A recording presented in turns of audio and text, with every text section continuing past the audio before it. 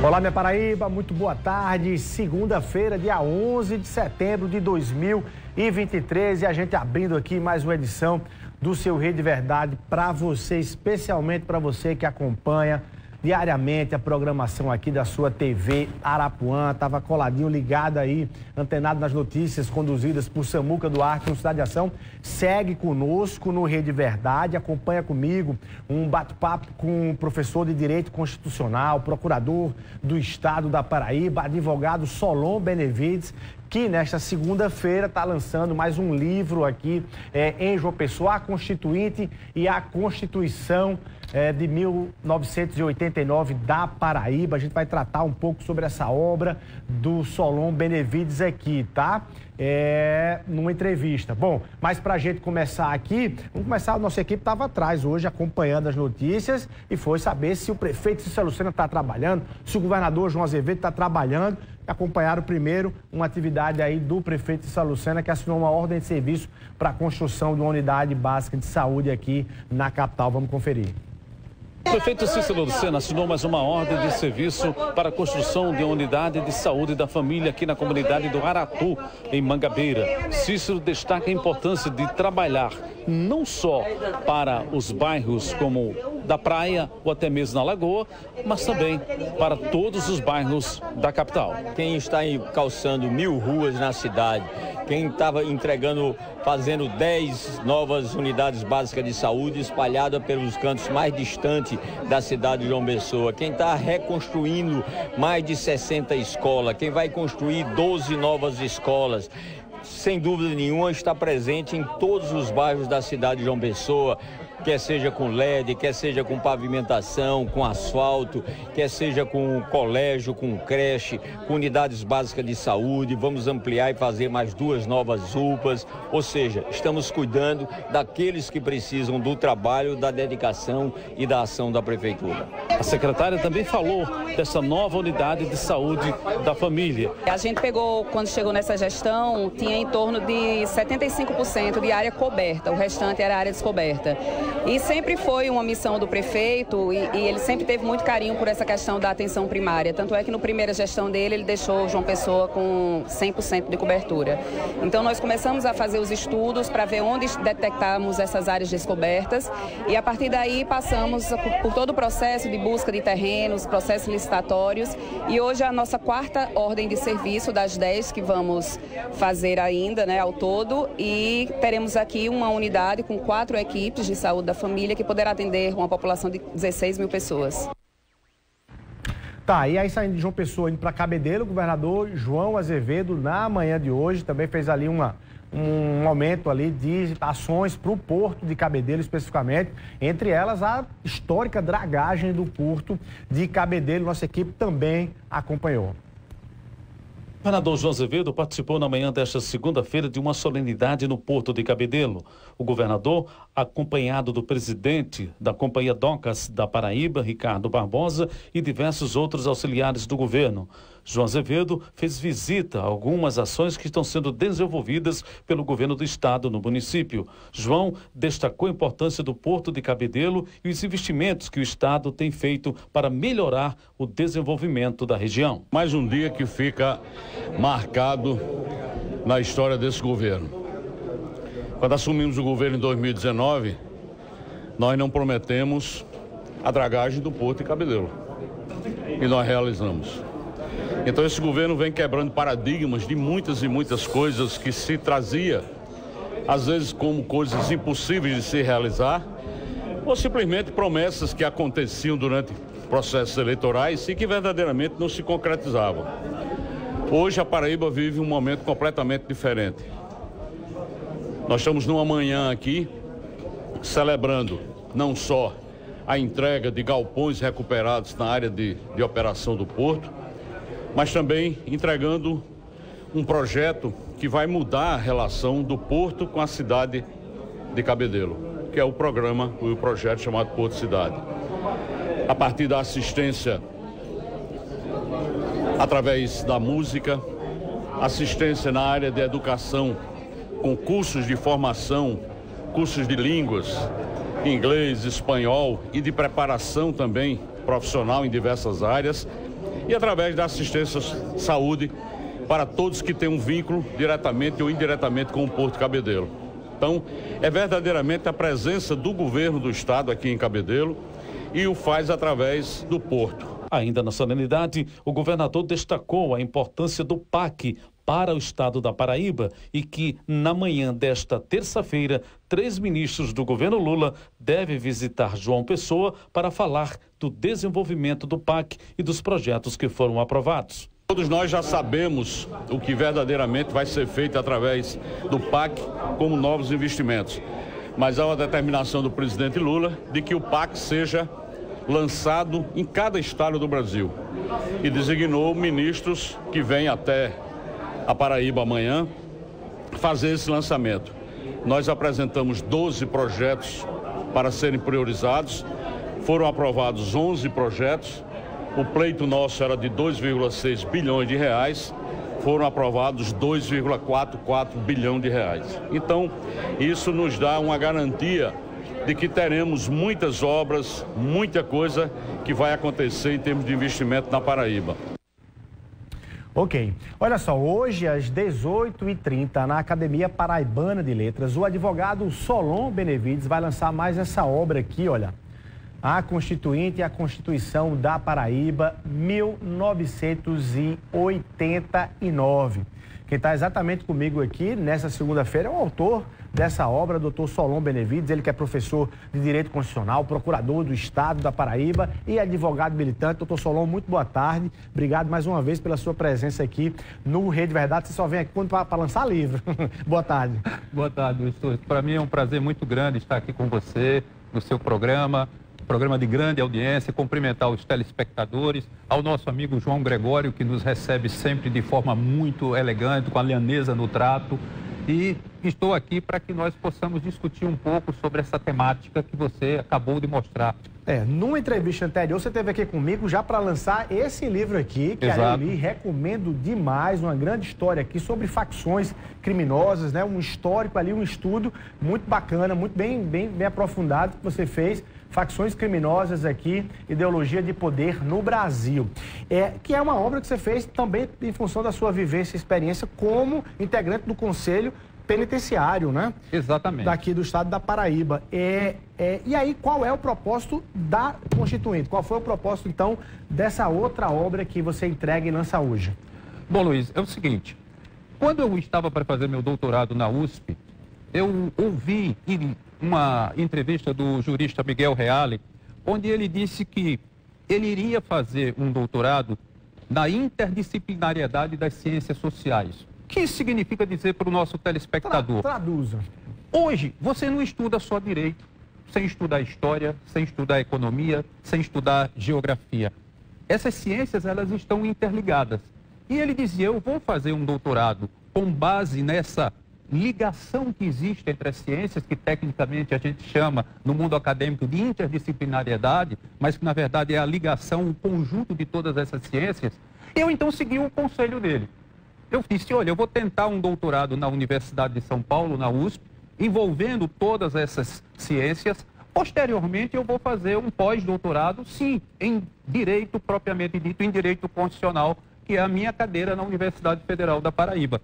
E, posteriormente a esse livro, que é a tese de doutorado na USP, que nós estamos lançando hoje, que, aliás, era para ter sido lançado em 2021, mas devido à pandemia nós fomos adiando, e hoje, a pedido, tem um convite todo especial do ex-deputado e presidente da Academia Paraibana de Letras, Ramalho Leite, Severino Ramalho Leite, nós estamos lançando agora às 18h30. Então, esse livro é fruto da tese de doutorado.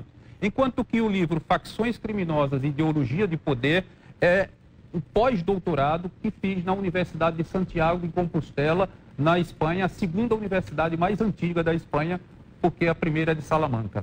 Essa obra de hoje, ela é um mergulho na Constituição de 1989 da Paraíba.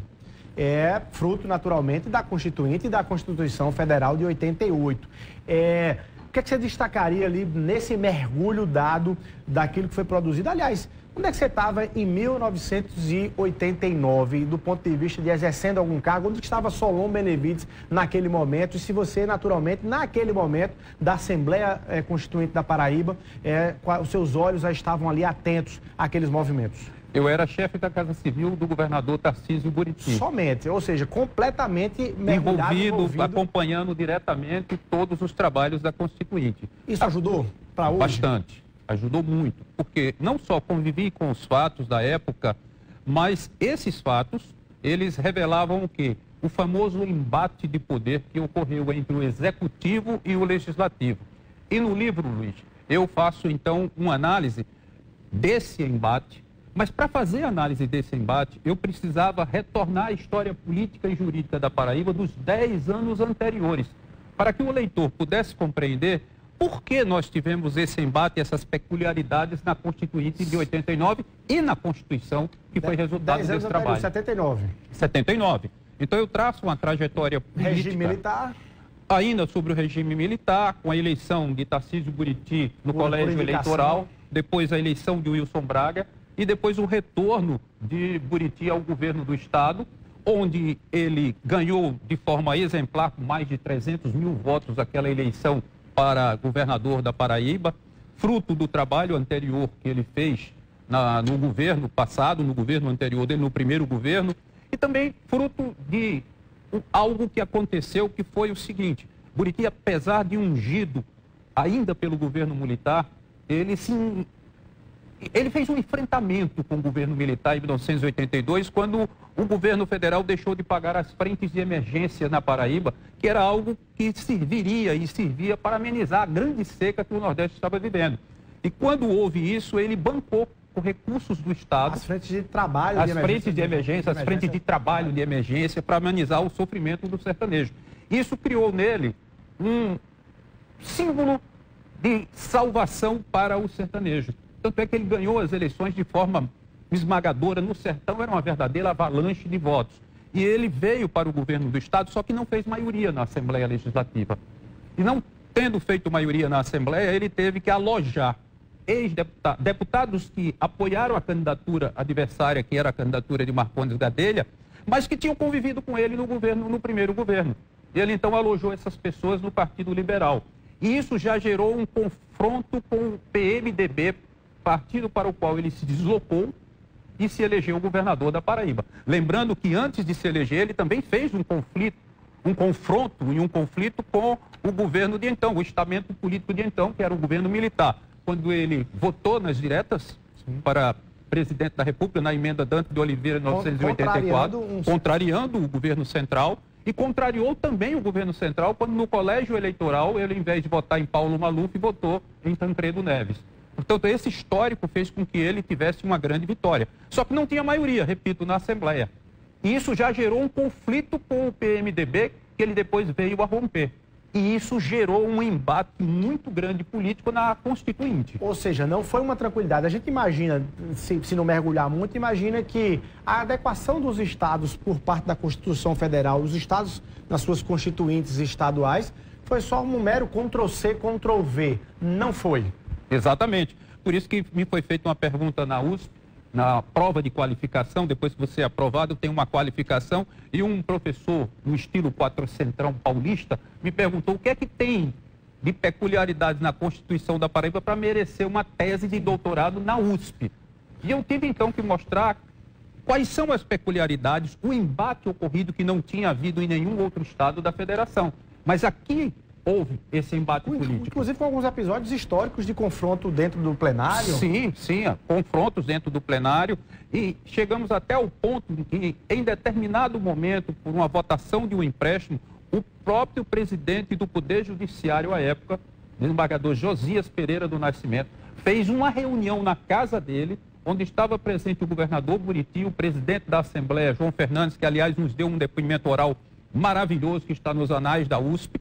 E nesse entendimento com alguns deputados estaduais e outros desembargadores, ele procurava amenizar aquele conflito. Em um ponto específico, era um empréstimo que o chefe do Executivo estava pedindo.